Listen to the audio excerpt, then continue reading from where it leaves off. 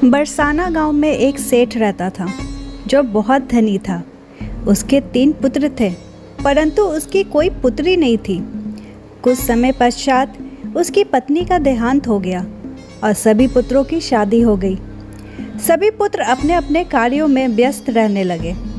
अपने बच्चों में अपने पत्नी के साथ सेठ के दिल की बात सुनने वाला कोई नहीं था। सेठ को शुरू से ही इस बात का बहुत दुख था कि उसकी कोई पुत्री नहीं है। लेकिन अब उसकी पत्नी की मृत्यु के बाद उसको ये दुख और सताने लगा और वो इस बात को लेकर परेशान रहने लगा कि उसकी कोई पुत्री नहीं है। एक दिन एक महान पंडित उसके घर पर आए और उसे दुखी देखकर उसने पूछा कि तुम्हें किस बात की परेशानी है, तुम क्यों दुखी हो। तो उसने अपना दुख का कारण पंडित को बताया कि मेरी कोई पुत्री नहीं है, इस वजह से मुझे अपने जीवन में यह अभाव रहता है कि मेरी कोई पुत्री क्यों नहीं है। तो वो पंडित उसको कहता है, लोग ये भी कोई परेशानी की बात है, तुम राधा रानी को अपनी बेटी मान लो। हमारे जीवन में जिस चीज़ की कमी होती है उसको भगवान पूरा कर सकते हैं। परेशान होने से क्या होगा, तुम राधा रानी को अपनी बेटी मानो और उससे अपने दिल की बात किया करो, देखना तुम्हें यह अभाव कभी नहीं सताएगा। सेठ को पंडित की ये बात अच्छी लगती है और वो ऐसा ही करता है। राधा रानी की मूर्ति लेकर आता है और प्रतिदिन भोजन करने से पहले राधा रानी को भोग लगाता है, फिर स्वयं भोजन करता है और सोने से पहले राधा रानी के साथ खूब बातचीत करता है। ऐसे ही करते करते वो दिल से राधा रानी को अपनी बेटी मानने लगा। अब वो भूल ही गया कि उसकी कोई बेटी नहीं है। उसे इस बात का आभास होने लगा कि उसकी पुत्री सच में है। अब वो बहुत दिल से उसे अपनी पुत्री मानने लगा।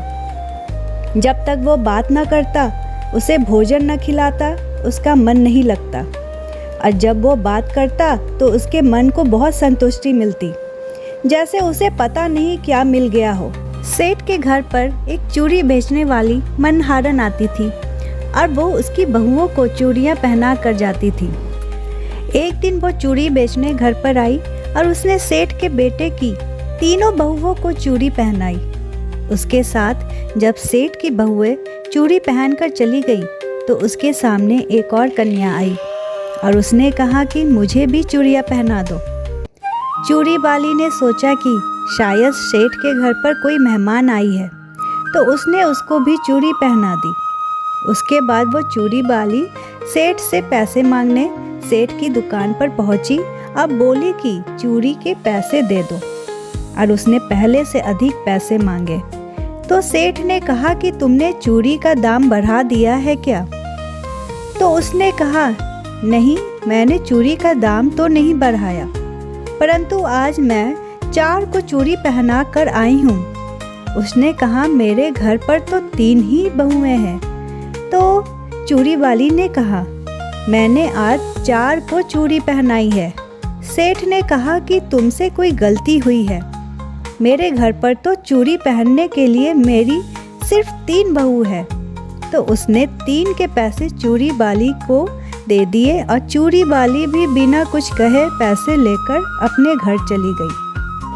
रात को सेठ घर पर आया और हमेशा की तरह राधा रानी को भोग लगाकर और खूब सारी बातें कर सो गया। उस दिन रात को सेठ के सपने में राधा रानी आई और कहने लगी, बाबा, तुमने चूड़ी वाली को मेरी चूड़ी के पैसे क्यों नहीं दिए? जब तुम मुझे अपनी बेटी मानते हो तो तुमने मेरी चूड़ी के पैसे क्यों नहीं दिए?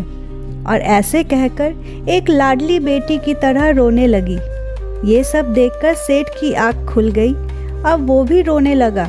जब सुबह हुई तो वो चूड़ी वाली के घर गया और बहुत सारी स्वर्ण मुद्राएं उसके पैरों में रख दी और उसने बताया कि तुम कल सच बोल रही थी, तुमने कल 4 को ही चूड़ी पहनाई थी।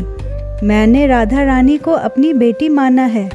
तुम बहुत भाग्यशाली हो जिसको राधा रानी के दर्शन हुए हैं। मैं इतने दिनों से उनके दर्शन को तड़प रहा हूँ और तुमने एक बार में ही उनके दर्शन कर लिए। यह बोलकर रोने लगा।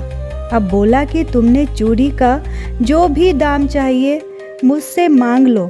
ये सुनकर मनहारन की आंखों में आंसू आ गए और उसने मन में सोचा, जब मुझे खुद राधा रानी के ही दर्शन हो गए हैं तो इससे ज़्यादा मुझे और क्या चाहिए। और उसने सेठ के सामने हाथ जोड़कर कहा कि तुम्हारी वजह से मुझे राधा रानी के दर्शन हुए हैं, जिससे मेरा यह जीवन सफल हो गया। मुझे कुछ नहीं चाहिए।